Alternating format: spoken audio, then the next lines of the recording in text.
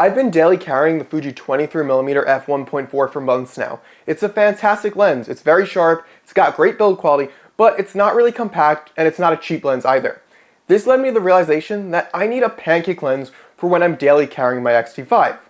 I had a few requirements in mind when I went looking into it. It needed to be compact, obviously, lightweight, obviously, and it needed to be easy to daily carry and priced well. Also a focal length I enjoyed.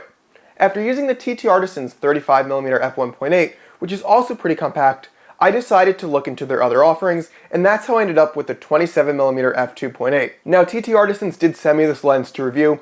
I do get to keep it, but they don't see this video before posting, and they have no say over my thoughts. With that disclaimer out of the way, let's dive into it. Starting with build quality and handling. The size and handling is really why I wanted to try this lens. I needed something that made my X-T5 feel more like an X-E5 with a better grip and EVF.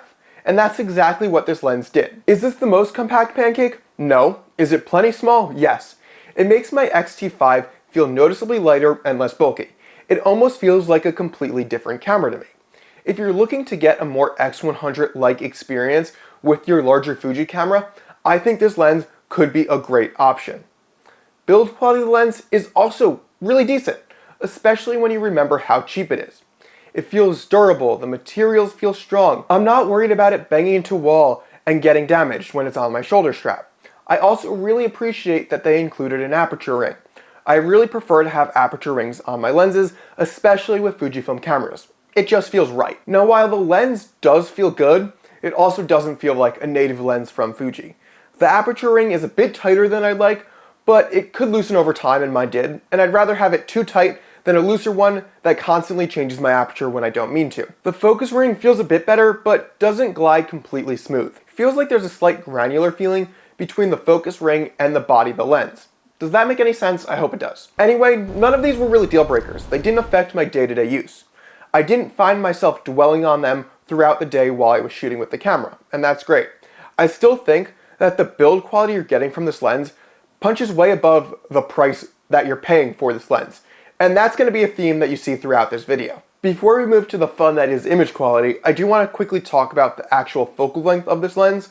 With the APS-C crop, this comes out to roughly a 40mm equivalent, and honestly, it felt a little closer to shooting 35 to me than it did to 50.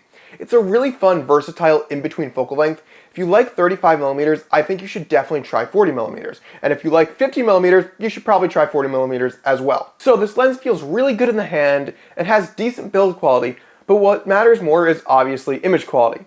And the image quality this lens has is extremely impressive. Let's get the bad out of the way first. Yes, this lens has some pretty heavy vignetting. Did it really bother me on the majority of my shots? No, not at all. I tend to like a bit of vignetting in my photos, but I will say depending on the aperture and scene, sometimes it was a little heavier than I'd like. If you're shooting JPEGs, you may be bothered by it, but I found it easy enough to correct in post when I was editing in Lightroom. I'm actually curious, if you've used this lens or even just looked at sample images, does the heavier vignetting bother you, or do you kind of like the look? Let me know in the comments below. Other than that, I absolutely love the images I was getting with this 27mm. They were tack sharp. Honestly, sometimes I felt like they were sharper than my Fuji 23mm f1.4, which is roughly $800 more at the time of filming. Normally when I'm reviewing lenses, I don't talk about flaring or pin cushioning or anything like that, but I feel like I need to talk about flaring because this lens flares. If you have something like headlights shining right into the lens, you get some crazy unique flares. Now, I actually like this look.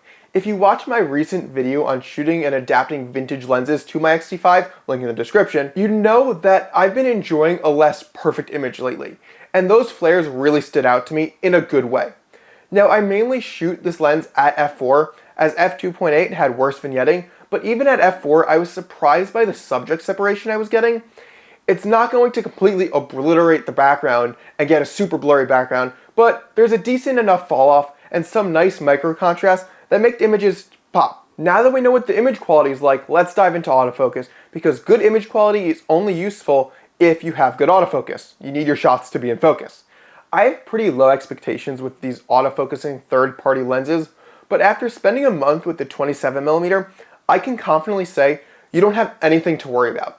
It's not the fastest lens in the world when it comes to autofocusing, and every once in a while it felt like it pulsed a little bit, but other than that, it's pretty damn solid.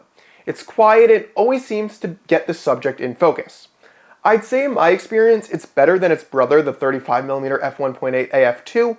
I also have a review of that lens linked in the description below. In a way, I think it has a leg up on some other Fuji AF lenses I've used because it takes its time. It makes sure to have the subject in focus, even if it means it focuses a bit slower. And this makes sense to me. I'd rather have a slower focusing lens if it gets more shots in focus. So who is this 27mm f2.8 for? I think it's for anyone looking for a small lens to daily carry. Smaller lenses are very important for the Fuji X mount, and I'm constantly searching for compact primes to daily carry on my X-T5 or to use with other small Fuji cameras like the X-T5 and X-M5. I find it matches the Fuji aesthetic nicely and the perfect size and weight to daily carry. I haven't used Fuji's 27mm f2.8, so I can't compare them directly, but I would have an extremely hard time recommending it over this lens from TTArtisan, based on what I've read and watched and seen from that Fuji lens. The TTArtisan version just seems pretty on par with the Fuji version, and at the time of filming, the TTArtisan version is over $200 cheaper.